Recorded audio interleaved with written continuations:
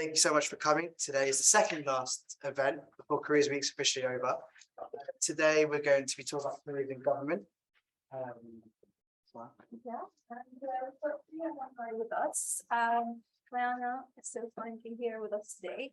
We've got Louisa on Zoom, and we have another alumni called Bilal that's going to follow in half an hour, more or less. Just to begin with, I'd like to let you guys know we're going to start off with introducing our alumni, then we're going to go through questions. If anyone has any questions in the room or on Zoom watching us, please do let us know. You can stop us at any time. I know this is a very interesting time for all of us, especially you guys that are students. So please feel free. People tend to be shy to ask questions, but don't be shy. Yeah. And to those guys online, the same stuff usually applies. Just send questions into the Q&A or just send a message to the department. Zoom. Yeah, and your eyes are on the Zoom as well as in the room. So yeah, we'll just get started. So to begin with, I'd like to introduce Diana. She holds a Master's of Science in Security Studies from UCL and is currently a Spaceflight Policy Development Lead in the UK Space Agency. After graduating, she started a project officer role in the House of Commons and continued to work as policy advisor for the Hydrogen for Heating team of the Department of Business, Energy and Industrial Strategy. While studying at UCL, Diana completed the Civil Service Summer Diversity Internship program with the Department for International Trade and represented the European Union in the Youth G7 summits. We also have with us today Louisa, who is actually on Zoom. I don't know, Louisa, can you hear us? Oh, great. Hi again. Hi, Louisa. Louisa is a public policy leader specialized in data, privacy, and AI policy issues in a range of contexts. She's currently the head of international data protection at HMG Department for Digital, Culture, Media and Sport, where she leads on the development of the UK's international data protection and privacy policy, such as removing barriers to cross-border data flows, championing high standards and promoting interoperability. Currently, she is also the UK representative for the OECD Privacy Guidelines Informal Advisory Group. She has held a number of positions in HMG, including leading on cost-cutting data provisions in the EU-UK Trade Cooperation Agreement, and has been part of high-priority projects such as Project Kingfisher. She holds an MSc from UCL's Department of Political Science and Security Studies. She's also an Italian national and speaks fluent in English, Italian, French, and Spanish. Thank you so much for being with us, Louisa and Diana. Just before we get started, can I ask you guys, who's an undergrad here, just so we have an idea? Great. And postgrad? I'm guessing. Nice. And Zoom, if you'd like to let us know, just so we have an idea. It doesn't really matter if you're postgrad or undergrad, just ask questions and yeah, hopefully we'll get answered. So to begin with, I'd like to ask you, Diana, can you just tell us about your career path to where you are today? And how does that differ from what you imagined when you enrolled the course at UCL? Very different. I did not expect to be a civil servant, to be honest. Would it be useful to talk a bit about undergrad or just UCL? Go for undergrad. There are a few undergrad. Seeing as we have some undergrads here today, so yeah, I did my undergrad in Coventry, not at Warwick, at Coventry, and I studied international relations, and I went for a placement here with Citizens Advice and then with Health Education England, just because I thought that any experience is better than no experience, and I would swear by that advice. And during that time, I had quite a few internships. When I didn't find an internship, I created one, and I'll tell you in a minute what I mean. But in general, I really recommend going for any work experience, even anything from society, creating a society or being the head of a society, going for an internship that is voluntary as well. Voluntary experience is really good. And during that time, let me see. Notes. I did. There were a lot of things. I did a placement, as I said, with Citizens Advice Bureau that was voluntary. I swear by that one because it has a lot of legal experience, a lot of dealing with customer, a lot of office experience, and that helped a lot when I got my next placement with Health Education England. And then I set up, as I said, one society, and I pestered someone from the UN association in Coventry until they created a placement position. Just because there are not a lot of opportunities in Coventry, so you have to create them at some point. And also I was part of the Parliamenters program. I'm not sure if you're aware of it, but I truly recommend it. It's a program that allows you to build a social action project while being mentored by an MP, and you have the opportunity of going in Westminster, you meet the MP, you create a social action project. It's really good experience. That was in Coventry. I moved to London for masters, and I chose security studies because at some point I wanted to work for the Interpol, Europol, until I realized that you have to move to a lot of countries in order to do that. It's still a possibility on the list, but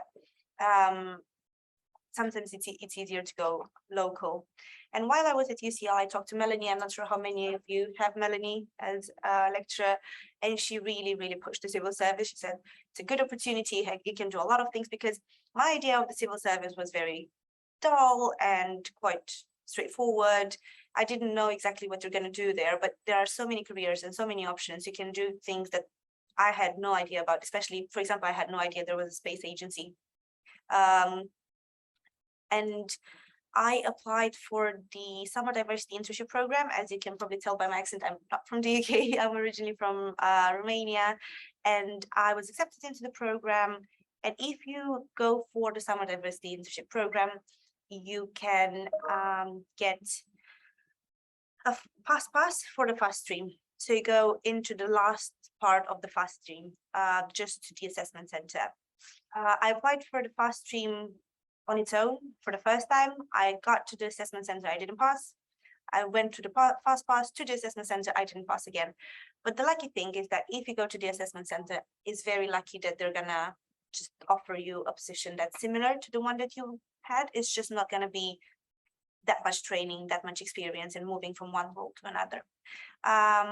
But before I actually accepted that position, I was offered a role in the House of Commons for a project officer. It wasn't something that I necessarily wanted to do, but it's very good experience because I got to do a lot of courses. I got to do a project management course.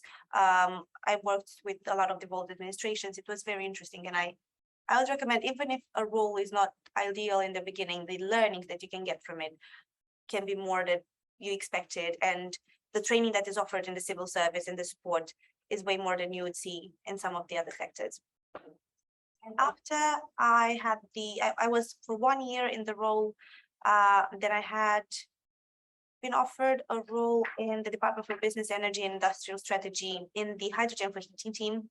Quite focused on policy, very different than project, but way more interesting. So far it's one of my favorite roles, and I do recommend BASE. It's driven by innovation. A lot of the teams are very focused on inclusivity and on building your skills, and it's not focused on necessarily what you deliver as much as how they can improve you so you can deliver better. And BASE is one of my favorite departments so far.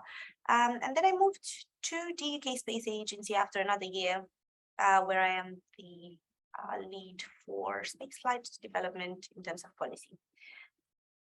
But I'm not sure if I've omitted anything. Oh yeah, I was at some point a delegate for the youth G7. It's not the work experience that is necessarily going to pop out of your CV and say, oh my God, I'm doing this. And it's not something that you're doing for months. It's just a one-off, 1 week.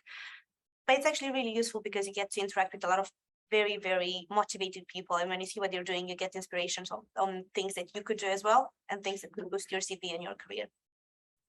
Oh, so great. Thank you. Thank you very much.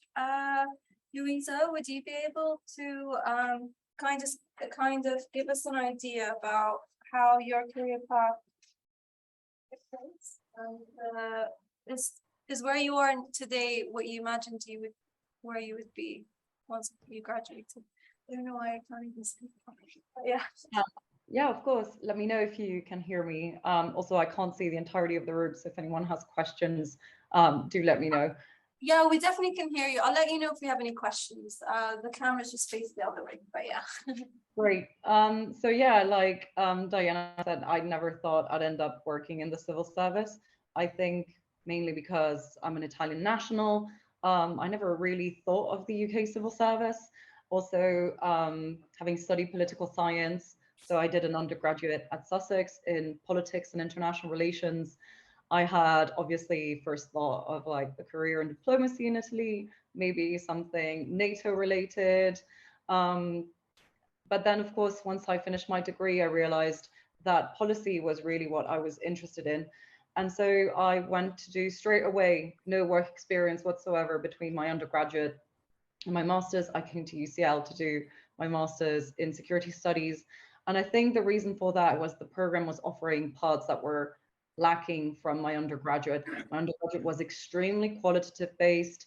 This was an MSc. It had, statistics, and also it had a very diverse portfolio of areas to explore. You had international humanitarian law, and a number of other courses. So you could really go in any direction realistically. And having graduated, I found myself, as Diana said, just take whatever you can realistically. It was fairly tough in London. Being Italian, and especially in policy, people always were like wondering if, I could prove I could speak English properly. Did I have a language certificate? But then I ended up doing some work experience during university during the summer. And like Diana said, I went and knocked on the door and begged and pretty much bought a person out of their minds to give me an internship. And so I did a summer internship in Brussels in a consultancy firm, basically lobbying. But that gave me great experience of, all of the EU institutions, how, the different DGs work, the commission, and it was really valuable experience. It was in summer, so people think in summer, Parliament is in recess, but a lot of work happens in summer, all the background work for when Parliament comes back from recess. And having done that, and having done my, MSc, my automatic instinct was, well, I should go into government affairs and continue this experience that I've done in a consultancy. So after that, I did a number of placements in different public affairs, government affairs, public relations consultancies on a number of portfolios, from philanthropy to legal disputes to government affairs. And, after having done a few of those, I realized at the end of the day, if you're really interested in policy, realistically, for me, there were only two routes. One was think tank, to do research and to specialize in a policy area, or to go into government. And I sort of ended up in government by chance, because at the time I was working on the life sciences strategy, but from a consultancy perspective, and a role opened in the at the time industrial strategy team that was in Bays, related to it. So I applied and I went, and that's where my journey in the civil service started. And in a way, I echo what Diana said. In the beauty of the civil service is it's enormous, which means that you can pretty much work on any policy area. You can work in delivery, operations, policy development, strategy. Are you into press? Well, there's tons of press offices for each department. So in a way, it allowed me to experiment a little with the security that I could always go back to my initial job in Bays. So I did a few placements around, and if you are someone who's entrepreneurial, you know what you want, it's a great place to develop. You can easily go and say, I heard there's this fantastic project.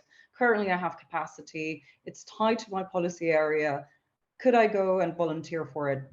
And so in a way, going from, industrial strategy, which was fascinating, I had never worked in policy from government, I ended up slowly building a portfolio of high priority projects, which, gets you noticed, but also gives you that variety. If you're someone like me who enjoys the fast-paced environment that maybe sometimes can be lacking in the civil service, depending on the department or policy area. And so after a few of those, I got really interested in data policy. Data is the future.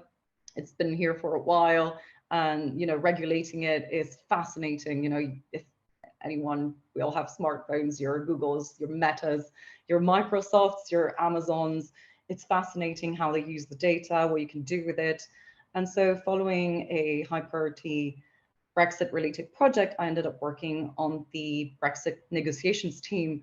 So on data protection. And, you know, I know it sounds insane, but I did this with 6 months in the team of knowledge of data protection because they train you really fast.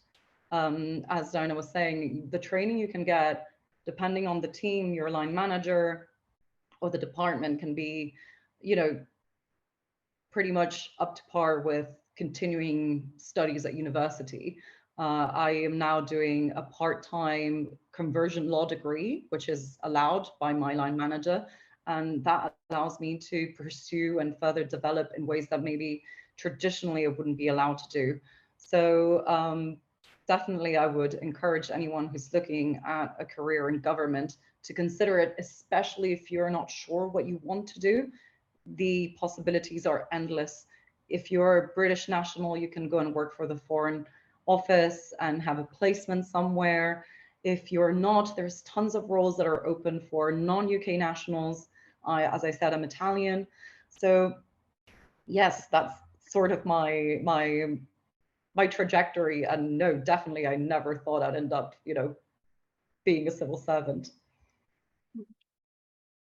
Great, thank you. Thank you so much.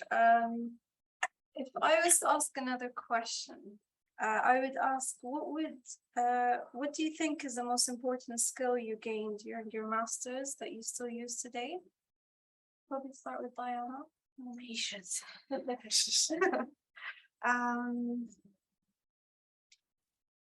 My patience, if you don't mind me asking.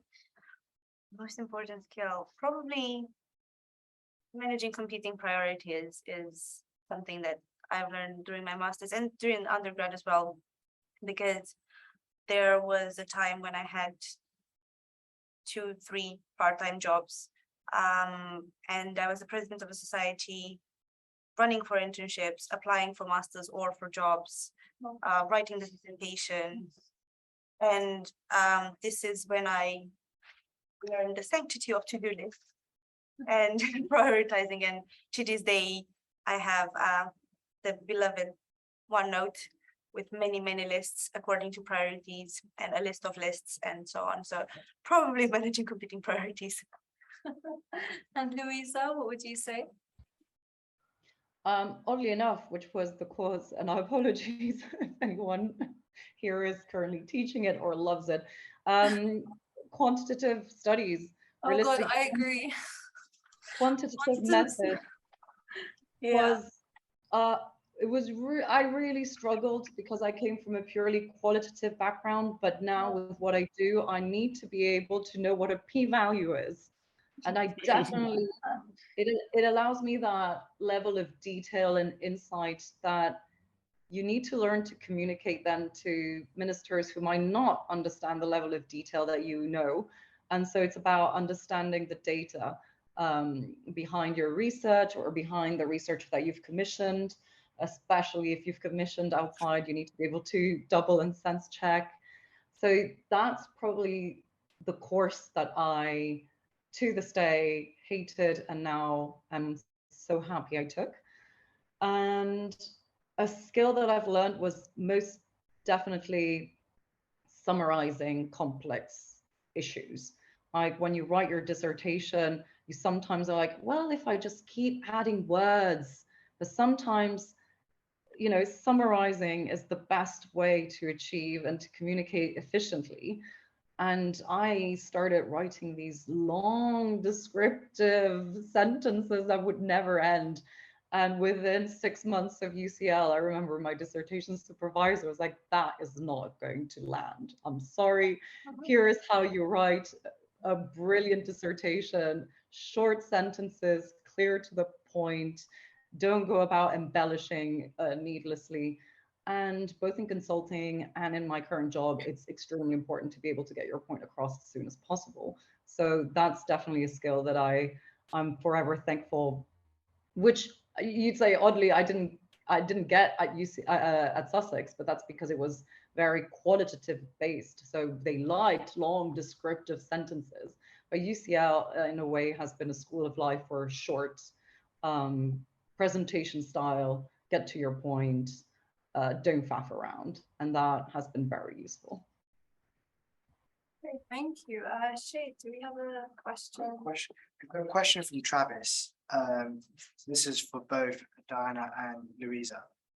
For the panelists, I'm also not an English speaking national, and he finds speaking and writing quite hard, especially for job ads. Essentially, what sort of tips do you have for someone like Travis when writing an application when written English isn't the easiest of skills? Would like to start? Yeah, go for it. Proofreading is one of the things.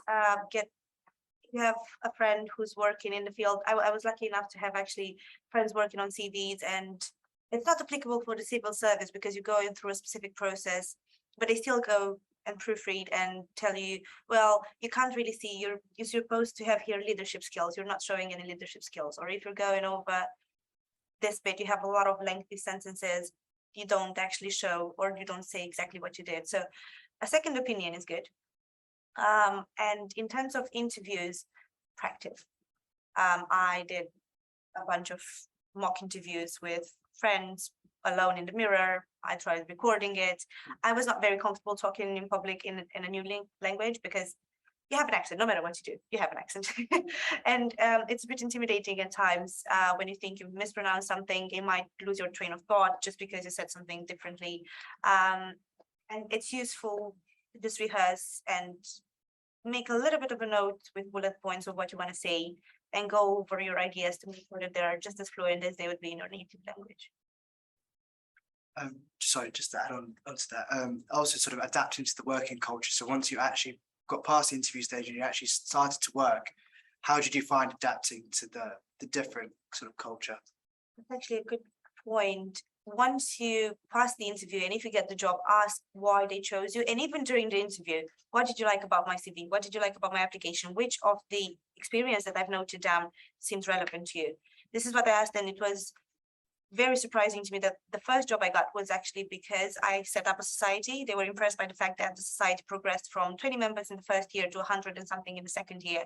That I've organized a trip, summer international, I can't remember where it was, I think Lisbon, with about 80 people that you actually have to manage the finances. You have to, it's similar to project management, and the role was project management. So they didn't choose me because of the degree, because of the actual experience I had. They chose me because of something I did voluntarily, part-time at university, and it started just as a fun thing to do with friends.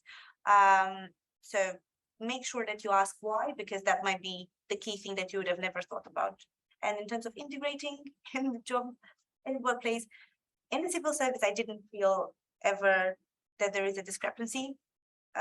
People always admire the fact that you speak multiple languages. I'm probably many of you who speak a second language also speak a third.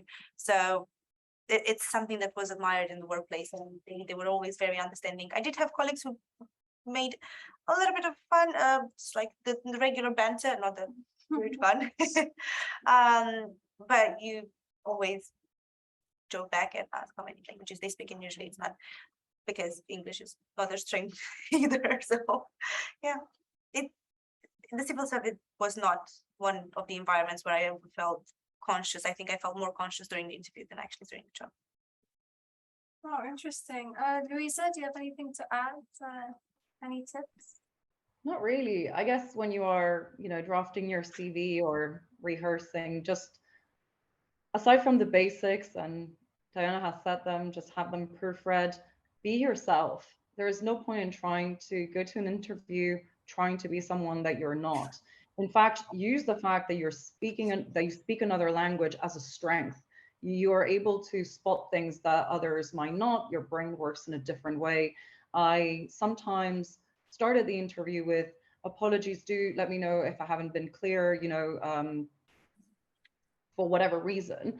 And being candid about this is important, because unless you're going for a comms position that requires a master master of the English language that, as Diana said, people tend to be very forgiving. If anything, they admire you if you speak a few languages. It's seen as a skill and not as a weakness. And I would say the same goes for a lot of disabilities. I'm dyslexic. I'm very upfront about this, and it allows me to see the bigger picture. It makes me a very good strategic thinker. Yes, it means it takes me slightly longer to write that email in a format that I think is, decent enough to then send it. But if you are honest about these things, they can be a strength. It's just how you present yourself. So that's definitely a tip. On, I don't know, culture, I really actually struggled in my first placements because they were, government affairs consultancies where everyone came from British universities. They were all UK nationals mostly. They all wanted to end up working in Whitehall and have a career in the civil service at some point, or had come from Whitehall, but it was mostly UK nationals. And in that sense, the culture was very different. And I'm glad I, tried not to fit in, but sort of absorb the parts that I thought were useful or interesting, because that served me a lot, especially when I'm communicating with my ministers who are British, and therefore I need to match them in the way that they perceive the world or communicate, or just generally how they have built a culture around in the office. So in a way, it really depends. Otherwise, aside from that, I agree with Diana, the civil service is extremely diverse. It's maybe one of the most diverse environments I've ever been into. Even in Brussels wasn't as diverse. You'll have everyone from, different social backgrounds, different ethnicities, different countries, completely different viewpoints as well. But as a civil servant, you're then put in a position where you have to be objective. And I think that helps. Everyone feels like we're in it together, especially at such uncertain times, if that makes sense. Sorry, I took a bit of a tangent there away from interviews. No, it's great. Thank you. Thank you for your insight. Yeah. Question in the room. I was wondering if you could describe the different ways to get into the civil service rather than, other than the vast room, if there's any other methods or So as I mentioned, I started in the civil service through the summer diversity internship program. We can do that, and when I finished the program, which is a couple of months, 3 at most, they offered me a permanent position, but I was already going into the House of Commons. But it's quite certain that if you do a good job and you don't mess it up entirely, they're going to offer you a role, because they need people. And most of the people that I know in the diversity program were offered a role, and they stayed in their specific departments. Other than that, normal applications, it's quite easy to go into an EO role, stay there 6 months, and then move into HEO and SEO. It's a quite fast progression. You don't need to go into the fast stream. I've graduated a couple of years ago, I think. And I started as an EO in the House of Commons. After a year, I went into HEO, and then I went into SEO, well, a couple of months ago, 6 months ago, I think. So it's a quite fast progression, even though you're not in the fast stream. I'm not sure if the other panel members have been in the fast stream, but I didn't find it necessary. I applied for it, I didn't get it. I was like, don't worry, you'll do your own fast stream, it's gonna work. And yeah, don't be discouraged, because it takes a while to get the application right. That's what I've learned. It's a specific thing that the team needs. It's a specific wording. It could be a tiny thing in the application that they are looking for, and just keep applying the normal applications. I'm not sure if there's anything else other than that. Louisa? Yeah, I know, I was going to echo what Diana said. There's tons of ways to get into the civil service. Fast stream is actually a great training program, but you're sort of stuck in the fast stream for 2-3 years, and you rotate, right, different postings and everything. So in that sense, it's a great training program.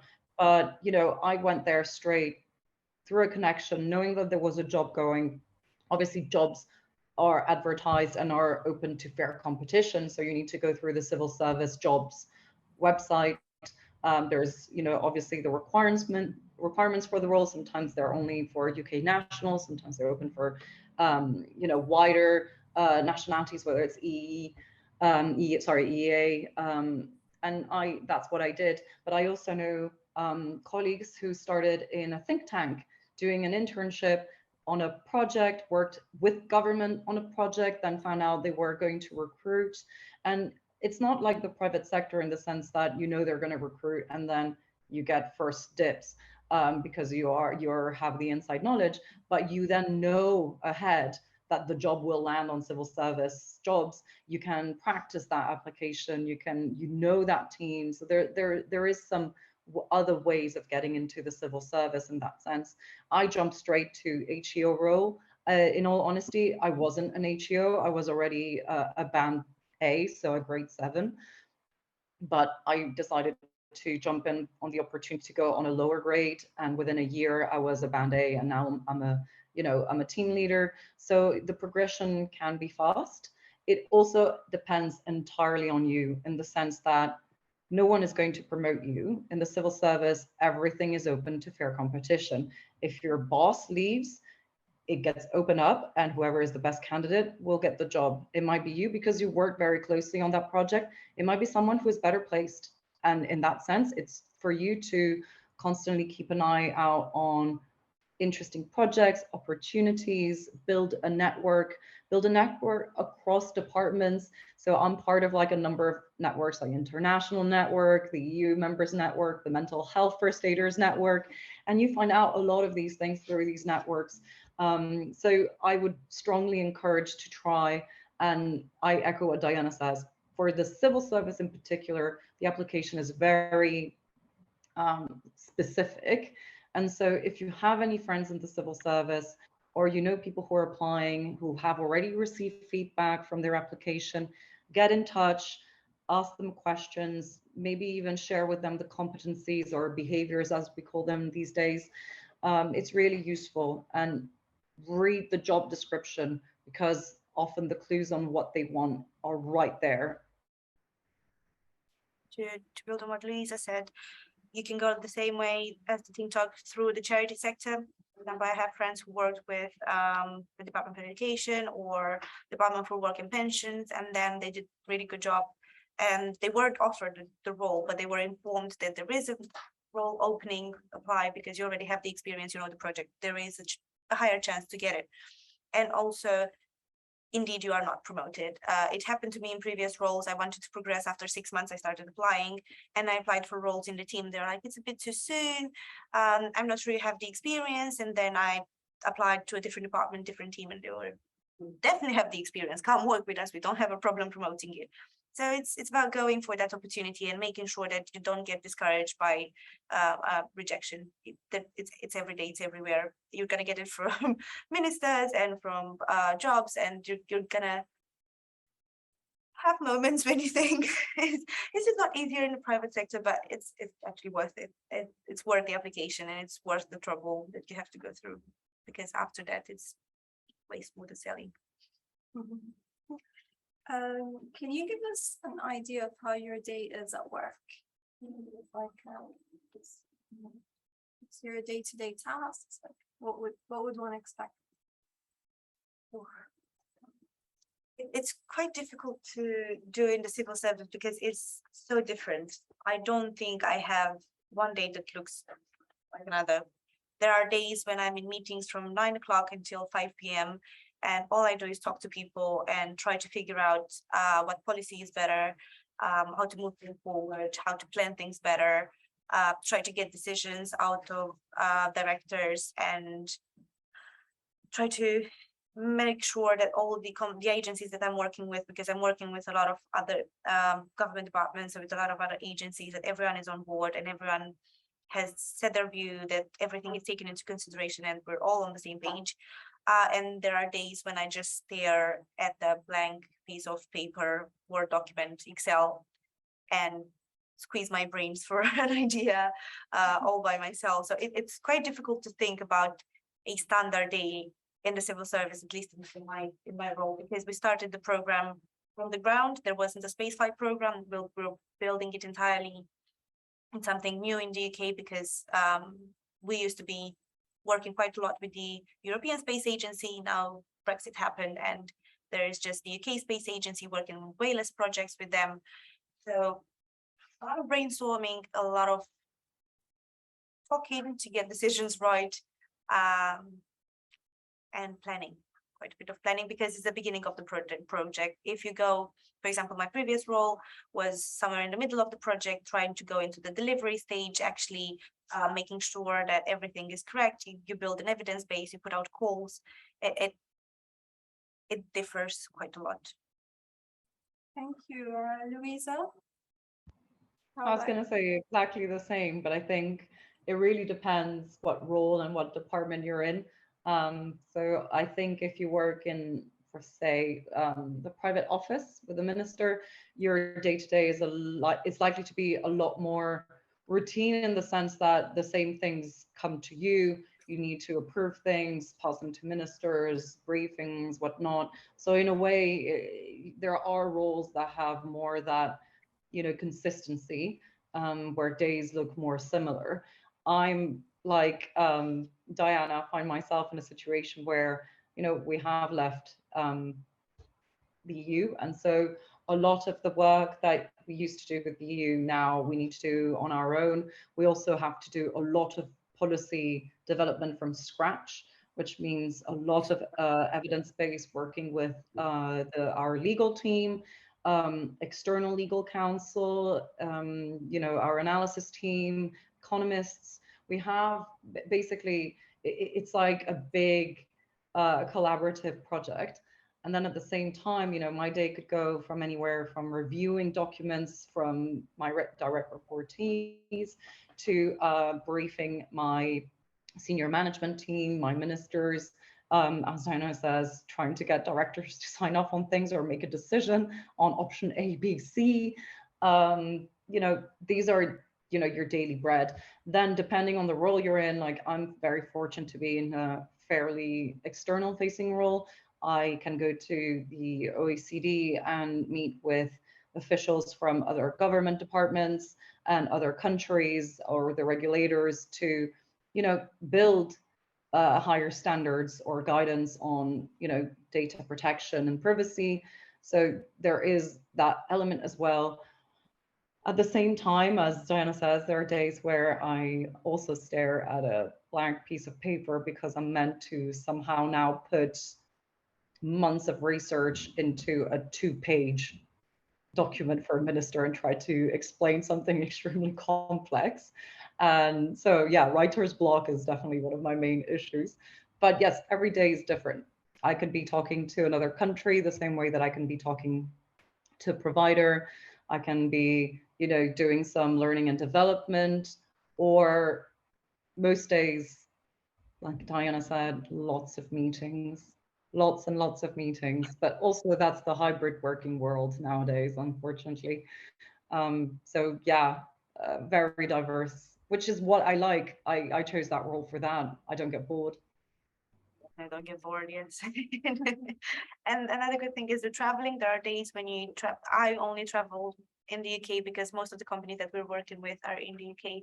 Well, I work quite closely with the Department for International Trade, and they throughout first quarter of the year they went to the US, went to Sweden, Portugal, again to the US and this part of the country, and they travel around all the time. So if you enjoy that, go for the Department for International Trade. Great, yeah, thank you so much. I think Bilal is with us now. Can you hear us, Bilal? Yep, I can hear you, Tamara. Apologies for joining this late. Thank you. No, thank you so much for being with us. Just for you guys to know, so Bilal holds a MSc in International Public Policy from UCL. He's currently posted to the Department for Transport as part of the Civil Service Fast Stream. So if anyone has any questions about Fast Stream as well, I'm sure Bilal would be happy to give an insight. Bilal, would you just begin with just introducing what you do and how your journey has been since graduation until now? And is where you are today what you expected, where you expected to be? Yeah, thanks, Tamara, and hello to everyone and all the panelists and all the current UCL students. I think, yeah, so currently I work for the Department for Transport. It's one of 3 rotations that you do on the civil service fast stream. The fast stream itself is a government-produced, government-organized, central government cabinet office organized scheme in which you change and you alternate between different government departments to gain sort of very senior skills and roles in some of the most really exhilarating and stretching roles across government. So currently I am working on the HS2 high-speed rail, that is HS2 bill and the business case team. So a large part of this is working on the phase 2B, which is a high-speed rail line from Crewe, which is a city close to Birmingham, all the way up to Manchester. And the whole sort of program, the whole flagship program, is the government's levelling up agenda, in which we try to, or which the government try to inflict about 20 billion British pounds to transform transport across the country. In terms of how this links well with my degree and what I thought I would be at, or what I would be doing after graduation, it's kind of exactly where I wanted to be. So it's always nice to hear that, I'd say. I did do a politics degree, and then I did do, as Tamara said, an MSc in international public policy, in which I learned a whole deal about government politics, British politics in general, and how that intertwines with global politics and other sort of forms of institutions and so forth. So yeah, it is what I have. It's exactly what I expected. I'm very grateful to be in the Department for Transport and in the scheme itself. And I think the master's program itself at the Department of Political Science does definitely put you in the right frame and the right sort of stature to be a figurehead in government. And I think if for those respective students that are looking to join or are already in their master's program, I think the best thing to do is to take advantage of the skills that you learn, the different research methods, the different sort of topical scenarios, and of course the expert lecturers and senior advisors that you have at your dispense. So definitely do talk to them, because you'd find that a lot of them have worked in government and a lot of them have worked in different political sectors that you may wish to end up in. So yeah, that would be some of my advice. Hopefully I answered your question, Tamara. Oh, great. Thank you so much, Bilal. I think she has a question. It's interesting to hear that, like, all the sort of programs and master's degrees and undergrad degrees you did, whilst they were very general political science degrees, you guys have all ended up in departments and sort of areas which don't necessarily link specifically. The space agency comes straight to mind, and Bilal transport as well. I'm just sort of wondering, how did you make that transition from when you entered into the civil service? Because obviously I know it's to do with policy. So are you researching quite a lot? Are you talking to a lot of sort of experts and industry leaders, or are you sort of, yeah, how does that sort of work? Yeah, thanks for your question. I think it's a really good one too. I think generally I tend to have a very good interest in politics. I follow it.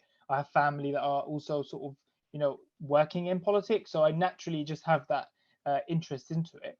But also in particular, you'd find that, especially in the civil service, every department will be very interesting in itself. So Department for Transport was not my first choice. My first choice was actually the Department for International Trade, or Cabinet Office to be specific. So, but when I did get drafted into the Department for Transport, I realized that it was more so the role that you were picked with and the skills that the role will give you and the type of experience that you'll end up working on, and you'll start to see stuff actually happening in the news, or start to actually see the Prime Minister or other sort of senior figureheads involved in the work that you're doing. Stuff like that can also enlarge your interest, albeit if you didn't have it before you joined.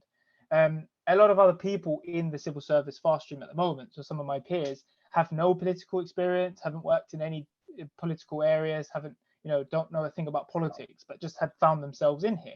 And whilst they have been here, they've seen that the shared diversity in roles, the diversity in people as well. Although, I guess from people outside of government might think diversity in the government is pretty small. And maybe on a larger frame it might be, but definitely within the scheme itself, you find there's a lot of people that look, that are quite reflective of society that we live in. So again, I'd say that the breadth of the roles and the diversity in the roles can really interest you into getting there. And I'd also credit a large part of it to COVID-19. I think because that whole sort of pandemic period did give a lot of time for reflection. So it also gives you a lot of time to try and tailor your applications and your skills towards what politics might ask you from, or whatever other industry you might be interested in. So yeah, that was mainly most of my motivation before joining and getting into where I am at the moment. Hope that answers your question. Yeah, I think it did. Thank you so much, Bilal. For myself, it wasn't a political interest, I have to be honest. One of the reasons I went into the civil service because you're supposed to be impartial and apolitical, and that's very attractive to me because I have no idea what's going on. Well, not completely oblivious, but I don't have a strong interest. For me, there were two drivers in terms of how I chose the jobs and the departments that I went into. First of all, what are the skills that I have? Because if I'm going into a role, I need to be able to perform the role. I don't want to wake up in a role that I have no idea how to do and how to manage my tasks. And also, what is the next thing I want to do? What are the gaps in the skill set that I have at the moment? And I identify that into the job description. For example, I've always wanted to improve my drafting skills, my public speaking skills, and engagement across Whitehall.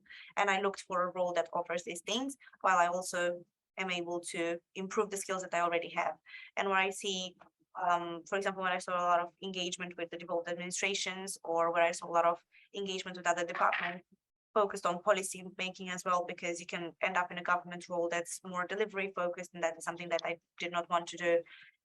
And you look for a job that you can tick the boxes, and also they tick your boxes.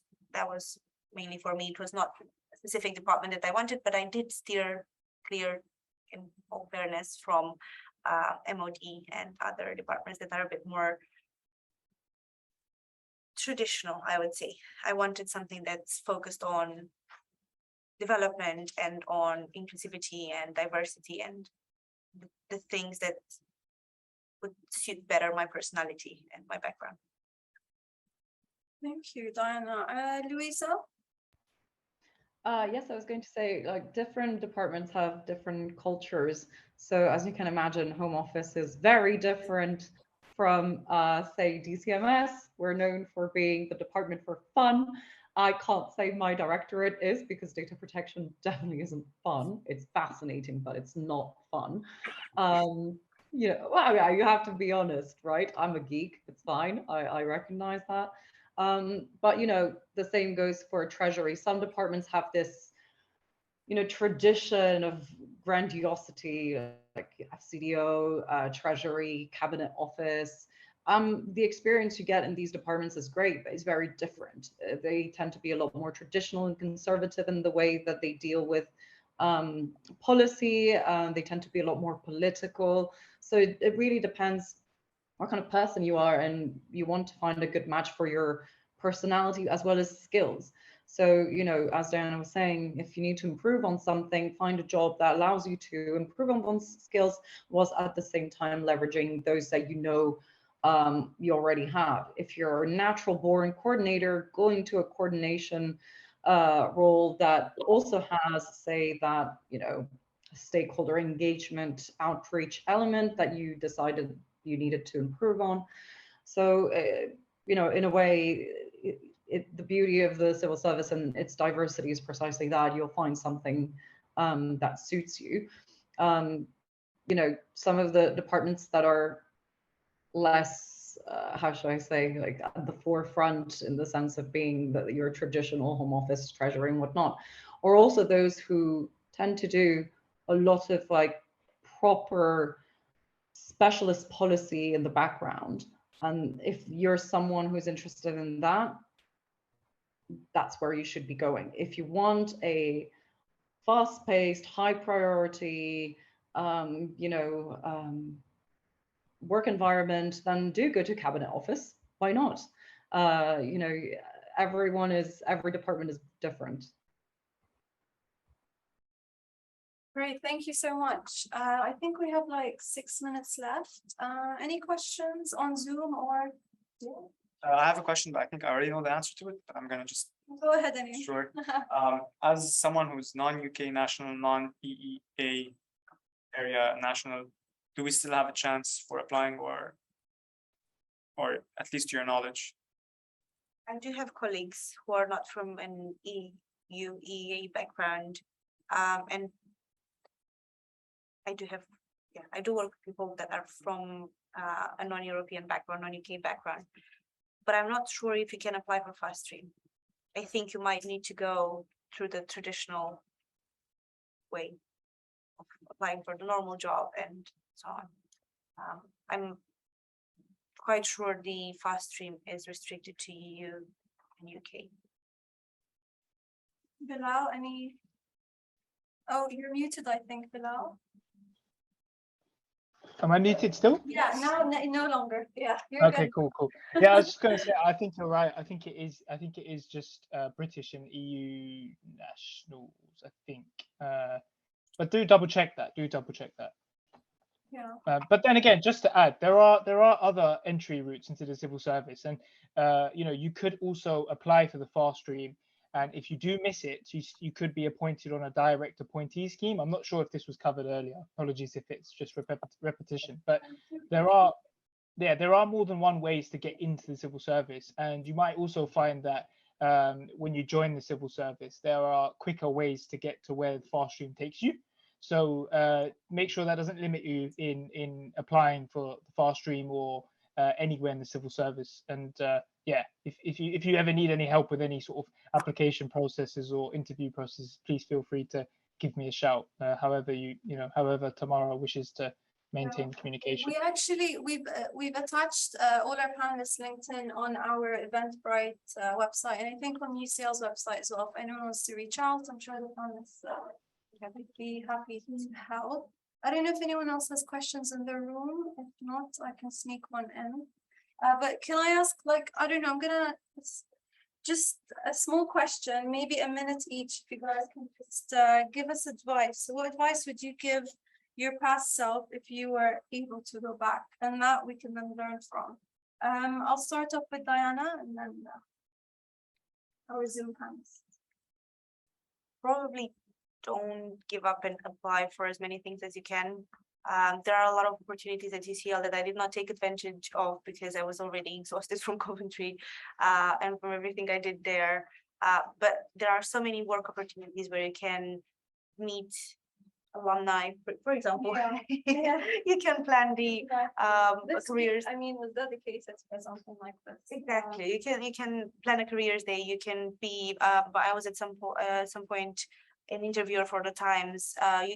Anything that you do in the universities, voluntary or non-voluntary, is going to give you a glimpse of experience. So if I would go back, I would just get off the couch and do probably more than I did, and apply a bit more, because you don't know what that experience could have been useful for. You don't know when you're going to meet people who are just going to hand you a business card and then you're going to pester them until they offer you an internship. Louisa, any tips or advice? Yeah, I mean, of course, what Diana said, don't get discouraged, but I'm going to make the same point I did at the beginning. Be yourself, just be your true self.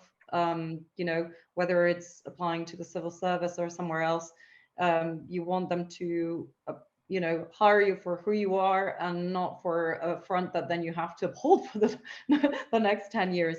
Be honest and don't get discouraged. Some of your what you would consider your weaknesses, I have no experience, can also be a strength. It means that you are malleable, you can be trained, and you won't bring bias from a previous job or role. Don't get discouraged from that, and just be honest, and don't go in there already feeling like you have to fit in something and have everything figured out. You might end up in a job that maybe brings you not much joy, but great experience. That's fine. We're no longer in our parents' generation. We no longer go into an industry for 10 years and just stick there. We're much more flexible in our way of changing jobs, learning, developing. So that would be my advice. Thank you so much. I definitely agree. Bilal? Yeah, and I echo what was just said, but I'd just like to add and just say, ask as many questions as you can.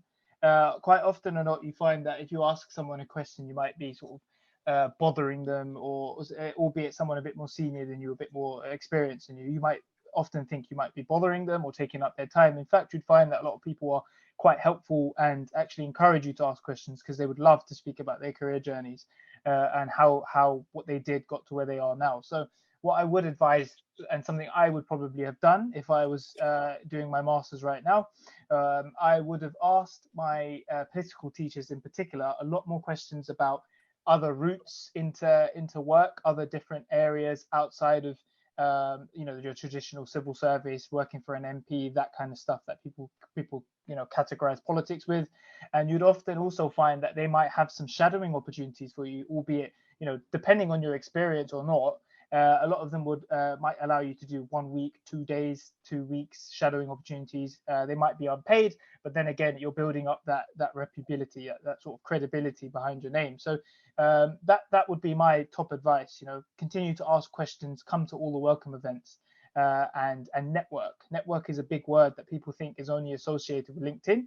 LinkedIn is a start. What you do in person and how you interact with other people is a lot more. So please take that advice on, and I hope to see you in some good careers in the future. Thanks, Tamara. Thank you so much, Bilal. Thank you, Louise, and thank you, Diana. Thank you, everyone.